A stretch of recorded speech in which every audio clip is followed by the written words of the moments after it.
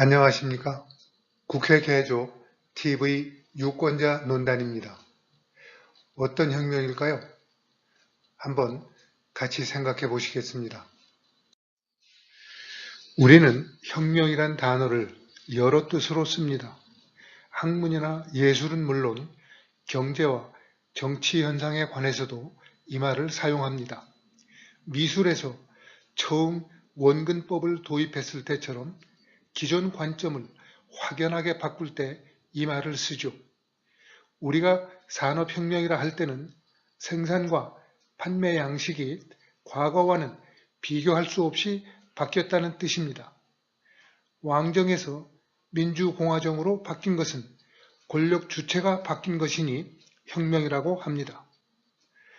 우리가 해야 하는 혁명은 기존 관점을 확 바꾸고 과거와 비교할 수 없이 바뀐 사회 경제 체제에 적합한 정치 제도로 만들고 권력 주체를 바꾸는 것입니다. 대의 민주제는 대리인들이 공익을 추구한다는 믿음을 전제로 한 것입니다. 그런데 어떻습니까? 이들은 왕성하게 사익을 추구하지 않습니까? 국가 발전보다는 정권 획득을 우선할 수밖에 없는 정당은 당연히 단기적이고 즉흥적이며 인기영합주의적인 정책을 채택합니다. 이것은 사익을 위해 국가 발전이라는 공익을 포기한 겁니다. 장기적이고 인기는 없더라도 반드시 필요한 정책을 제안할 수 없는 대의민주제는 불능제도가 되었습니다. 이와 함께 선거제도는 부패를 합법화하는 명분과 통로가 되었습니다. 그러니 기존 관점을 확 바꿔야 하는 겁니다. 전주에 짧게 말씀드렸지만 지금 진행 중인 산업혁명은 단순하게 생산과 판매 양식을 변화시키는 것이 아닙니다. 자본주의 경제체제는 물론 사회 구조까지 전과는 비교할 수 없이 바꿀 겁니다. 예를 들어 빅데이터 기술은 누군가가 나보다 더 나를 잘 알도록 해줍니다.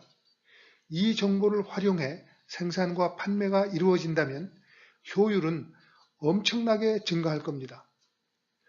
효율 증가에 따른 이득이 어떻게 배분되어야 하며 개인의 사생활은 어디까지 어떻게 보호할 것인지를 결정할 수 있는 전문적이며 공정한 정치제도가 필요한 거죠. 이건 거의 새로운 정치제도에 가까울 겁니다. 유권자는 어느 사이엔가 권력에서 멀어졌습니다. 국민주권주의는 색바랜 무늬로만 남아 있습니다. 대리인의 능력을 평가하여 선출하기도 어렵고 그들의 국정 운영 결과에 따라 재신임 여부를 결정하는 것도 어려운 선거는 이제 쇼로 전락해 버렸습니다. 그러는 사이 대리인들이 실질적인 권력자가 되어 주권자를 옷벗은 임금님으로 만들어 놓았습니다. 그러니 권력의 주체를 유권자에게로 되돌려야 합니다. 그렇지만 직접 민주제를 시행하자는 것은 아닙니다. 여러 번 말씀드리지만 아직 대의 민주제를 능가할 대안은 없습니다. 우리가 하는 혁명은 우리 유권자가 더 영악해지는 혁명입니다. 그래서 대리인들이 유권자를 무시할 수 없고 권력을 전행할 수 없도록 감시와 견제를 강화하는 혁명입니다. 이것은 기존 관점에서 탈피하는 혁명입니다. 신이중혁명의 시대에 산업혁명을 이끌고 나아갈 수 있어야 합니다. 그러기 위해 전문성이 있는 대리인들을 선출할 수 있도록 정치제도를 정비하는 혁명입니다. 이를 통해 대통령을 중심으로 봉건 영주들이 권력을 행사하는 신봉건제를 타파하고 권력 소재를 유권자에게 이동시켜 우리 유권자의 요구를 보다 더 조밀하게 이행하도록 하는 혁명입니다. 이 혁명은 촛불도 횃불도 아닙니다. 유권자들이 거리로 나가는 그런 혁명도 아닙니다.